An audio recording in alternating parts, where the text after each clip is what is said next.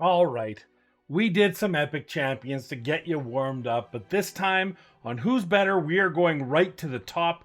We are going to two champions who are arguably among the top 5 champions in the game today. Warlord or Yumeko, which one's better? We're going to try to find that out in this video, so let's jump into it.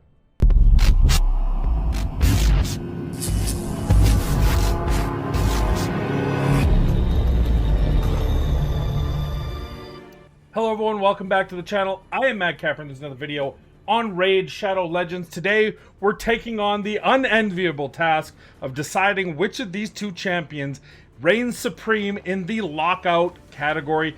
We did the epics with Alika and Basher. It only makes sense that we're going to go right to the top here. These two Void legendaries have been among the most sought after. Warlord since virtually day one. Yumeko since she was added to the game as part of the Shadowkin champions. Both of them are obscenely good. If you get either one, you've so-called won the Plarium lottery. But is one better than the other? And if so, why? Let's find out right now. You know me, I like to get right into the action, so let's jump in and show both of them in action. First, we can do this team here, and we're going to use against this team. I don't see why not. Let's not start it on auto. Keeping in mind that Warlord likes to prioritize his A2. So here we go. We're speeding in. We're going to lock them out. That means they're not going to do nothing to me. And then we're going to just knock them out of the park. Oh, good. They got both of them hit. That's beautiful. I don't think it's that big of a deal. We'll just clear that up. And away we go. Easy. Why am I doing that? Locking them out, using speed, using as fast as possible with good accuracy. Not crazy accuracy, but good accuracy to make sure that we can get the win. Even though we noticed two of the champions, Trunda even got hit. Imagine not locking them out. Trunda has that, obviously in Swift Parry. She kicks back, I die because of her A3 hitting and killing my team. But we have them locked out, not a problem. How do I use my Yumeko? Exactly the same. However, because I have both, I do have them slightly purposed differently. We're going to find a very specific team that... So a team like this is what I would go up against with my Yumeko team. And let's put together a team. I don't know why I don't have a default team with them.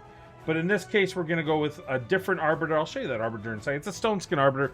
That's a bit slower. We're going to put Yumeko in that team. We're going to put Baron in that team. And then we're going to put in... Not her. Although that would be an alternative. Where is she? Lady Kimmy. So in this team, I know that I got to land. We're going to have some harder to deal with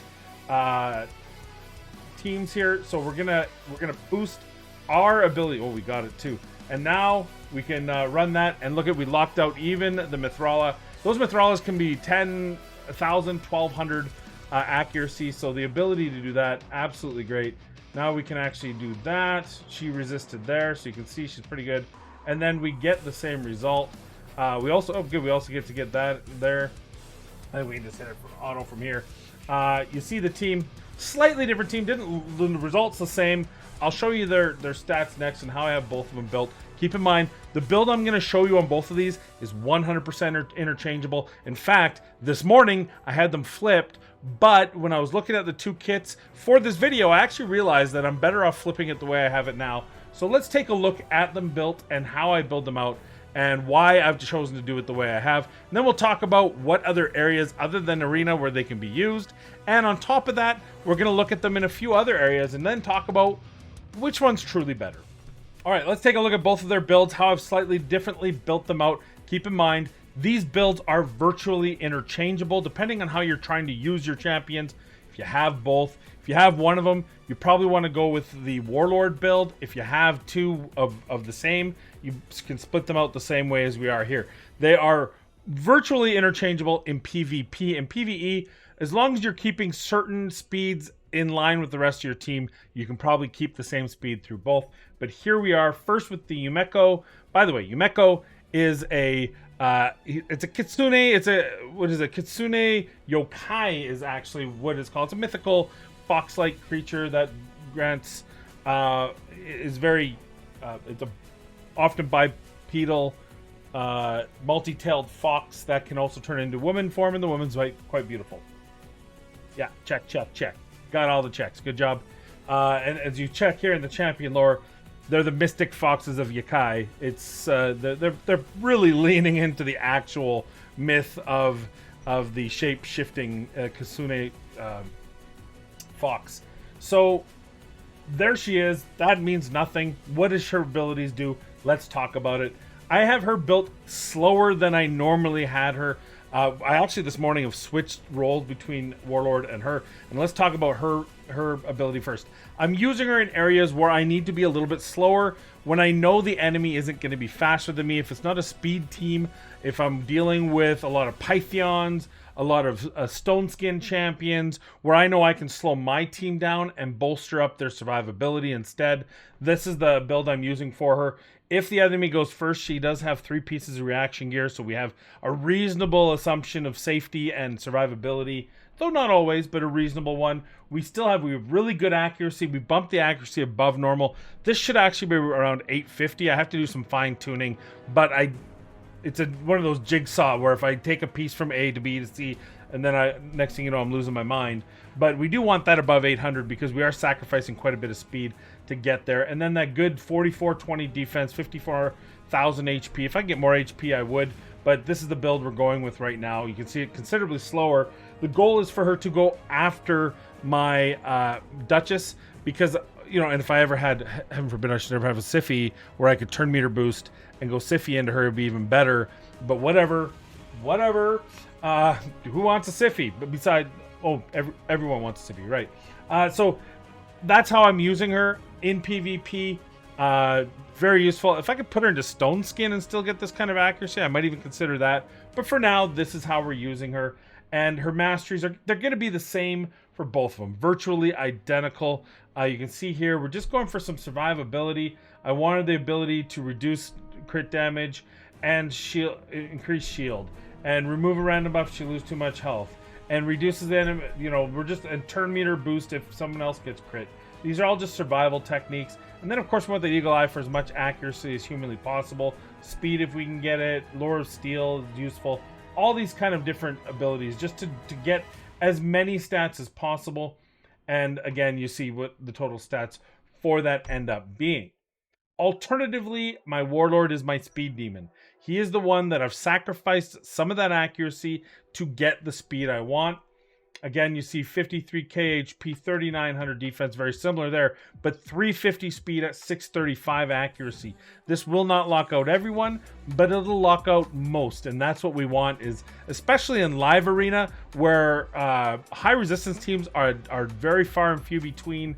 And so most of the time, I would say probably 95% of the time, 635 accuracy is more than enough for me, and I'm more prioritizing the fact that I get to go first.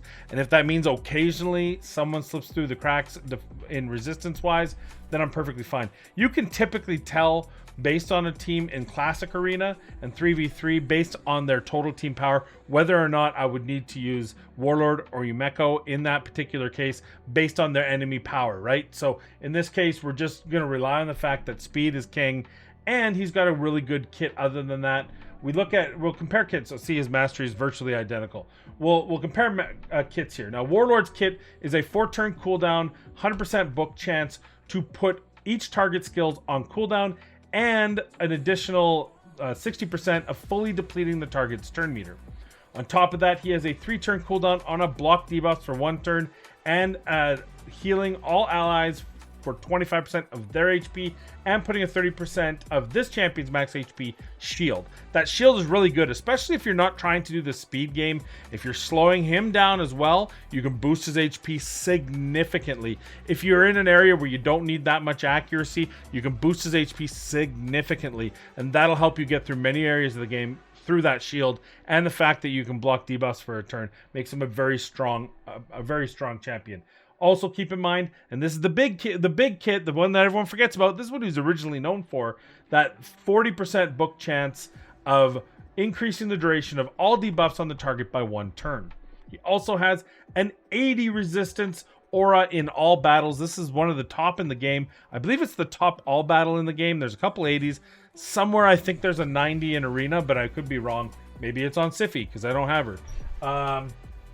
But let's take a look at Yumeko, where she's different. She's got the 60 accuracy. She has a passive that places a perfect veil for 2 turns at the start of each round. She's immune to all debuffs if they are under a veil or perfect veil. And whenever a veil or perfect veil is placed on an enemy and she's with Karato Fox Hunter, she has a 75% chance of stealing that veil or perfect veil. Her A3, this is the common factor, decreases the cooldowns of all ally skills by 3, increases the cooldowns of all enemy skills by 3, doesn't do herself, and 5-turn cooldown. But she has this ability is again, it's that extra little bit that makes these champions grand. And this attacks one enemy, has a 100% book chance of placing a hex. It's a 3rd turn cooldown, and also has a 75% chance of transferring any debuffs tried to be placed on any ally, including herself, and transferring those debuffs to a random enemy under a hex debuff placed by this champion. And this happens before any debuffs are placed on the initial target. Has a 30% chance instead against bosses, so book to 50%. And then she has that more Karato Fox Hunter unity there. And then finally her A1, which attacks one enemy 2 times, with each hit having a 7.5% target turn meter theft. Holy, I made that difficult. Let me try it again.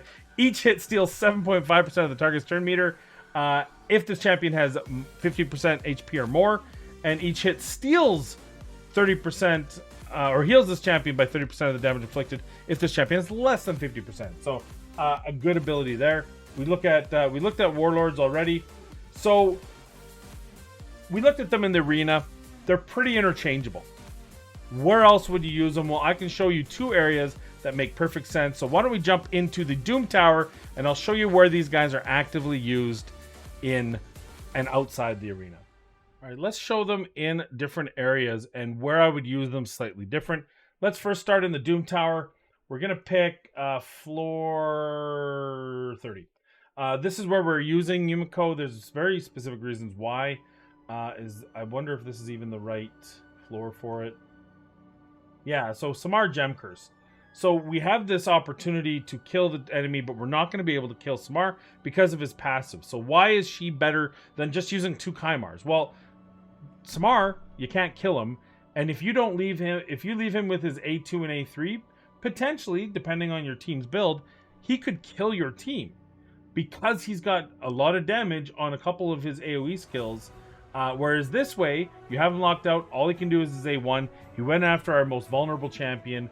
Really did not do anything at the end of the day. Because she's locking out the enemy at the same time as resetting her own team's cooldowns, it's a really useful ability there. So the other thing, the reason why we can do it like that is because her abilities can be reset by Haimar.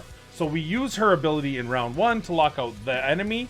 Round 2, Haimar uses his ability, which is going to reset her cooldowns. Round 3, she then can lock out the enemy team and reset her own team so that we get the win, right? So that is a perfect example. Eligaius is another good example. We don't want any champion who doesn't die right away in these Doom Tower waves. Yumeko is going to be very strong for. She's anywhere. Any wave clearing where you can't do an immediate instant kill, or because of the team composition you have, or maybe just the level you are and the strength of your damage, she's going to be very useful in locking out the enemy team, which is going to help protect your team because A1s 99% of the time are not as strong as enemies A2s and A3s. So very good example where we use her. Now, conversely, where is Warlord used? Well, his best thing is in the boss world, and this is a perfect example. We have him because he does not reset the cooldown of his team, but he does lock out the enemy team, and he does actually reduce turn meter and give you some survivability with shield and a 1-turn block debuffs ability, which allows him to be used in a place like this very effectively.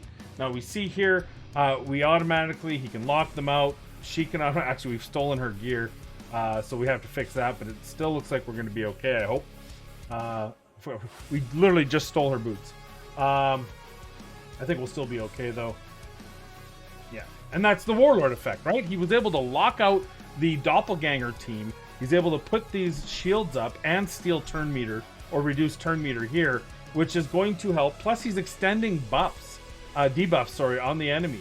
So all these things combined make him very useful in a scenario such as the Fae. You see here, he's gonna increase all the debuffs, keeps those debuffs up, especially that HP burn, so that she continues to take damage even when the ninja is not setting those off, or whomever you're using to do that. You know, a team like this, I could probably bring in other champions. I like this combo because we can get that weaken and the defense down from our nukers, which is a nice added touch. But you see here, pretty easy win. You can imagine how much easier it is when my Lysandra actually has boots and is faster than my Warlord. But even without that, we were easy survival. So those are the places. Warlord, any boss fight, especially a single target boss fight, going to be very strong for you. Yumeko, anytime that you need to have your abilities go more often as opposed to just locking out the enemy, she's going to be more often. So what makes one better than the other? What's the final answer? Well, there's a few key pieces in the hardest area, arguably, in the game, which is live arena and classic arena, high-end platinum sort of thing, that I believe is the answer to our who is better. And let's just take a look at both of them. And this is the key difference in their key ability, which is lockout. Yumeko has a lockout of 3 turns on a 5-turn cooldown. This 3 turns against anyone who is 3 turns or less is fine. This is not as fine anytime they have some longer abilities, right? So for example, if normally you can lock out someone on a 4-turn cooldown, that gives you a full 4 turns. Here it's 1 turn less because people's cooldowns tick down by 1 at the beginning of their turn. So effectively what she's doing is she's locking them out for 2 turns, not 3. Warlord, it's the whole skill cooldown, whatever that cooldown is, 3, 4, 5, 6, depending on the champion, which inherently makes it a stronger lockout skill. On top of that, and this is the part that really edges it for me, is the fact that it's a 4-turn cooldown, not a 5-turn cooldown, making it that Warlord is actually able to get back and relock them out quicker than she is. On top of that, as if it weren't enough, he also is able to put a shield. Now, we have him in, not really high health, but you could conceivably build this Warlord out as a tanky machine with still good lockout, and then you've got this huge shield that the enemy has to deal with, which is absolutely tragic. At the end of the day, both these champions, in my mind, probably 3-4, 2-3, maybe 4-5 if you're going to go Marichka Taurus together would be the #1 pick. Maybe is Georgid better? I don't know. Is Chris more important? Arguably not. Arguably maybe. But at the end of the day, these are definitely in that top 5 conversation, and they're right next to each other. But I'm going to give the slight 1% edge to Warlord because of that cooldown and because of the fact that it is a full cooldown, not just a 3-turn cooldown like Yumeko's. But let me tell you, I love them both. I use them both all the time, and I would, the fact that I have both makes me happy because then I can use them under 2 slightly different scenarios, which is a great way to play through this game. The fact that I can use Yumeko in a slower team and get the ability to reset cooldowns on, say, a faster Duchess so that she can revive someone or reapply Veil or whatever it takes. Uko coming out there and you can reapply that Veil. That's a great ability to have. So those are my final thoughts. What are yours? Which champion do you feel is better? Is it Yumeko or is it Warlord? Also, I'd like to hear from you. What other champions would you like me to compare if I have them in this game and I have them built? I will do that for you. So please leave it in the comments down below. But of course, as always, thank you very much for watching the video. Please be kind, be safe. Hit like, subscribe, notify, and we'll see you in the next video.